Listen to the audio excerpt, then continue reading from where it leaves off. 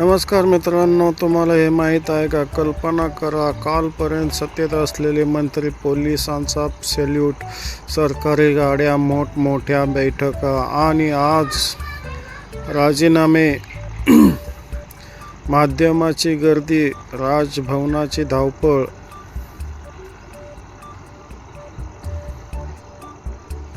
आणि एकच प्रश्न, सरकार पडली कशी काय? आज आपण पाहणार आहोत सरकार पडण्यामागचं खरं कारण.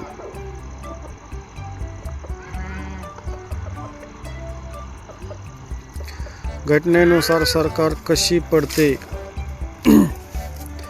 आणि पडताना देशात नेमकं काय घडतं.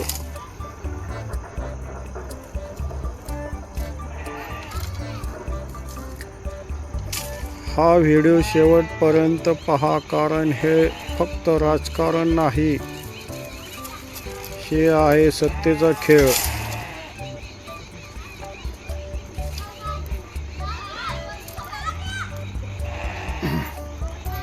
सरकार म्हणजे काय? आपल्या देशात सरकार म्हणजे बहुमत असलेले पक्ष किंवा आघाडी.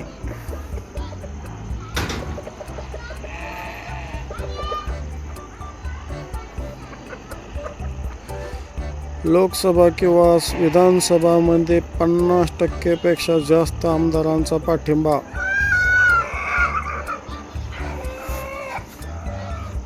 ज्याच्याकडे असतो तो सरकार बनवतो.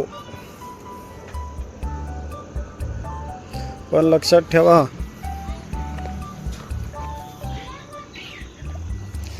सरकार बनवणं सोपं, पण सरकार टिकवणं फार कठीण असतं.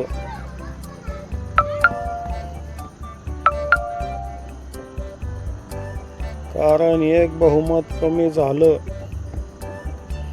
सरकार पडण्याचं सगळ्यात मोठं कारण म्हणजे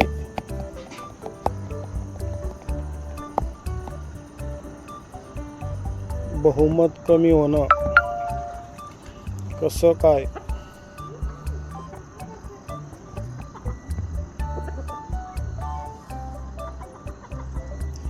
आमदार पक्ष सोडतात, बंड करतात, दुसऱ्या पक्षात जातात. अपक्ष आमदार पाठिंबा काढून घेतात आणि अचानक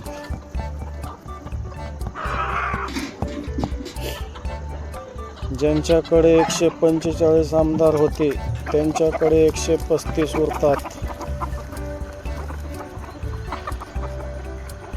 आणि बहुमताची रेषा 144 असते.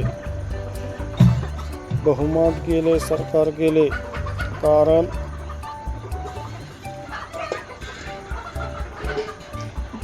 दोन विश्वासदर्शक ठरावात पराभव. मुख्यमंत्री किंवा पंतप्रधानांना कधी कधी सभागृहात सिद्ध करावं लागतं की माझ्या सरकारला अजून बहुमत आहे.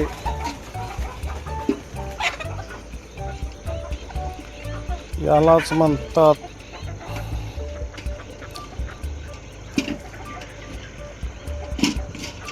विश्वासदर्शक ठराव. जर ठरावात सरकार हरली तर त्याच क्षणी सरकार पडते.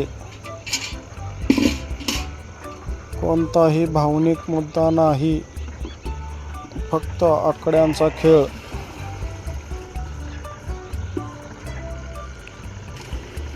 कारण आघाडी फुटते. आजकाल बहुतेक सरकार आघाडीची असतात.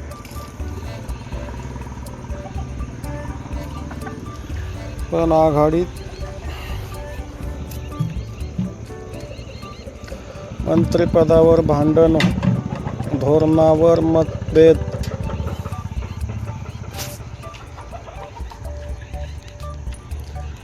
नेतृत्वावर वाद हे सगळं सुरू झालं की एक पक्ष बाहेर पडतो आणि एक पक्ष बाहेर पडला की सरकारचं गणित कोसळतं. कारण मुख्यमंत्री पंतप्रधानांचा राजीनामा कधी कधी सरकार पडतं, पण सभागृहात मतदानही होत नाही. कसं काय?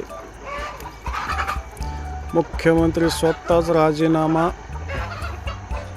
देतात.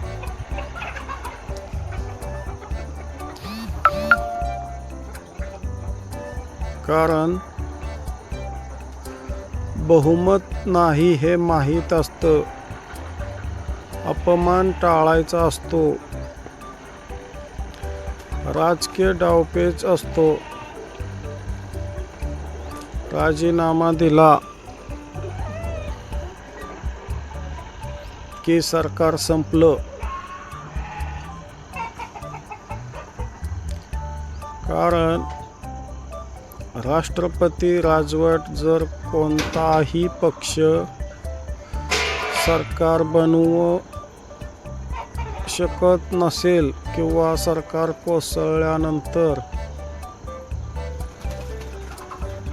पर्याय उरला नसेल तर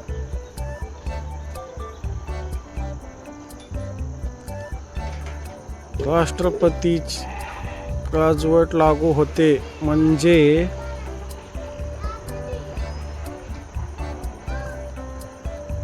विधानसभा निलंबित, राज्यपालाचा ताबा, निर्णय केंद्र सरकारचे ही शेवटची पायरी असते.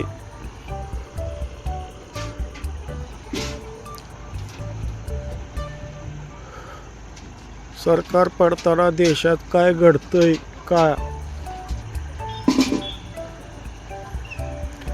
सरकार पडताच मीडिया ब्रेकिंग न्यूज देतं. आमदार रिसॉर्टमध्ये जातात.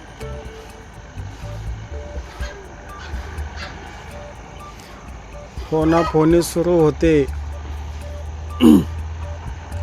नव्या आघाड्या जुळतात आणि जनतेच्या मनात एकच प्रश्न, आम्ही मतदान कशासाठी केलं?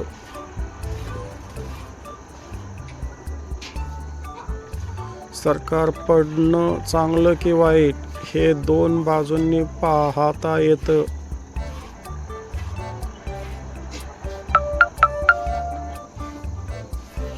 चुकीचं सरकार असेल तर पडणं चांगलं, पण वारंवार सरकार पडली तर विश्वास थांबतो.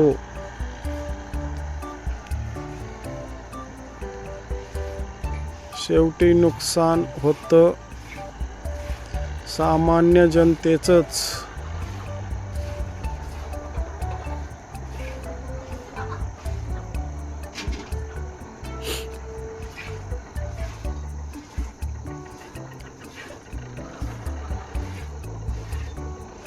मित्रांनो, सरकार पडते तेव्हा फक्त सत्ता जात नाही,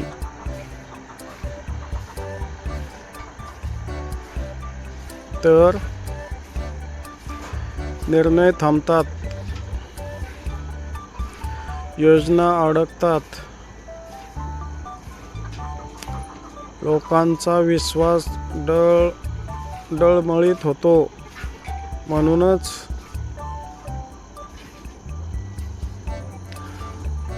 लोकशाहीत सरकार बनवणं जितकं महत्त्वाचं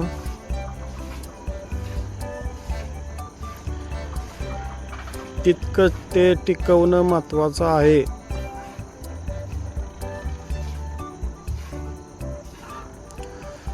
जर हा व्हिडिओ माहितीपूर्ण वाटला असेल तर लाईक करा, शेअर करा आणि अशाच राजकीय माहितीसाठी